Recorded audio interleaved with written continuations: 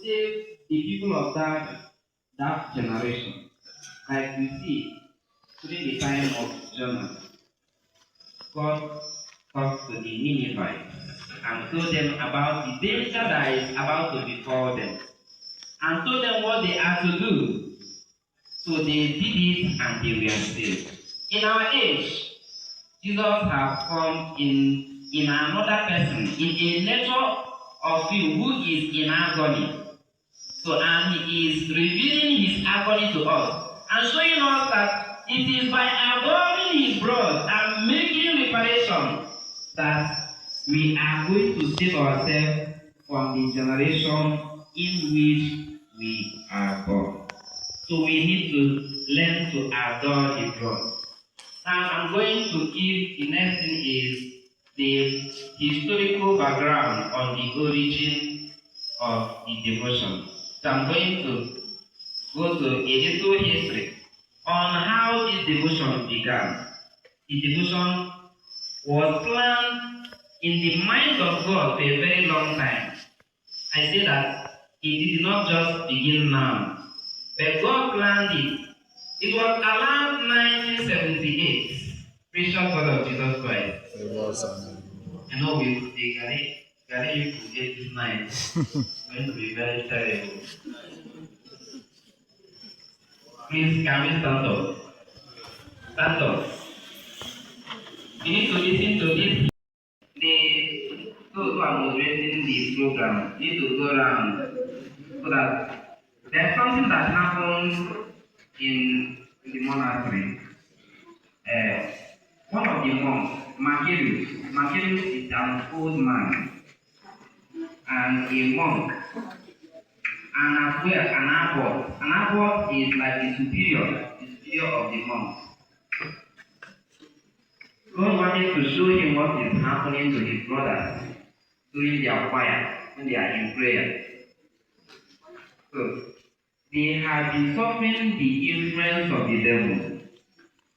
So when they are in prayer, the devil will come to hover over them.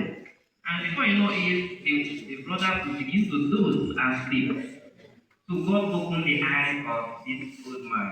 And he saw a black being, which I don't know whether is the one going around now.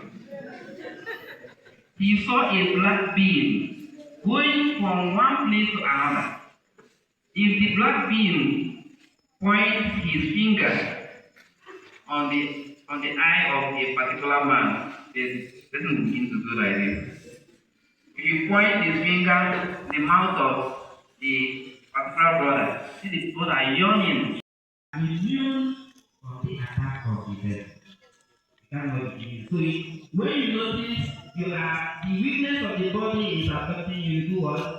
You will help yourself by shaking off the influence of the devil. Otherwise, you will never get a single thing. And I don't want to interrupt myself again on this particular precious Lord of Jesus Christ.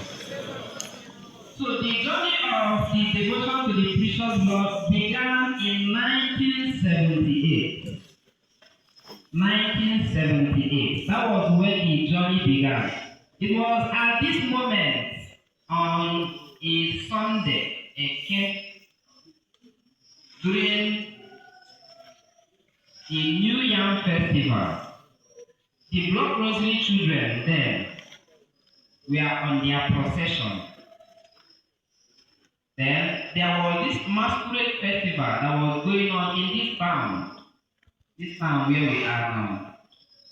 So in that particular, these two groups, it was like light and darkness meeting.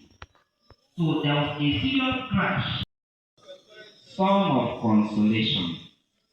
So names, God does not make mistake with giving name. When God gives a name, there is a mission that goes with that name. Your name has a mission, but the problem is that we don't know whether this mission will be actualized. I usually talk about Saint Elizabeth of the Trinity.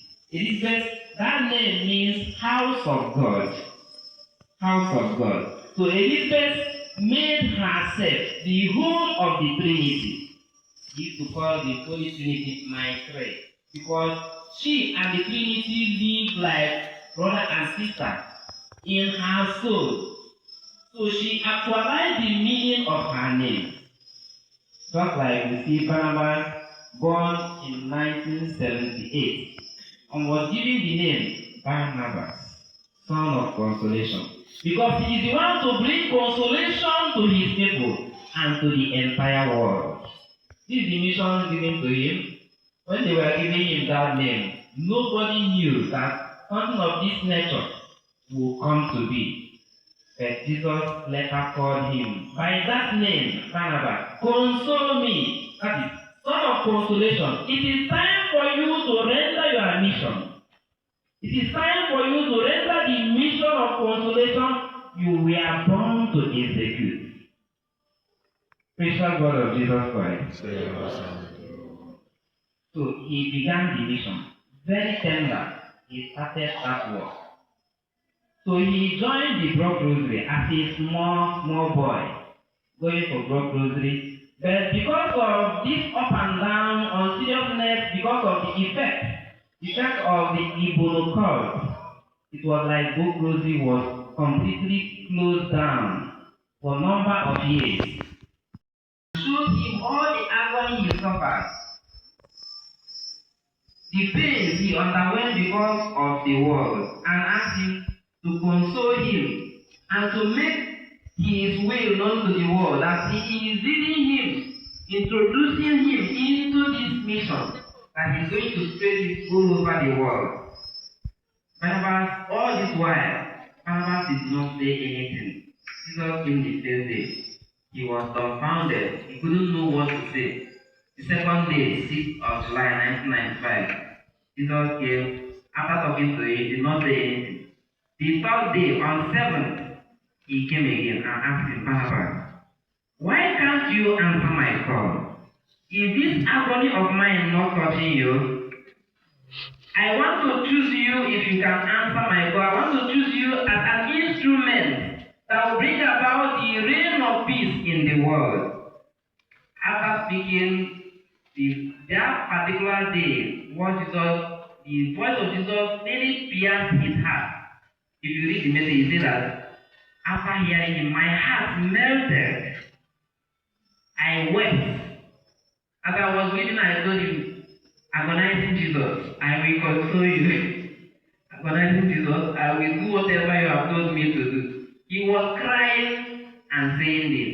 So, as he was saying it, that statement is what Jesus wants. Jesus has established a covenant between him and the Son of consolation. So with that covenant, there is a seal that has been established. Jesus poured his blood into his heart, and that was why he was so much touched. And then he had to open his mouth and make a promise. That promise is what Jesus was expecting. As soon as that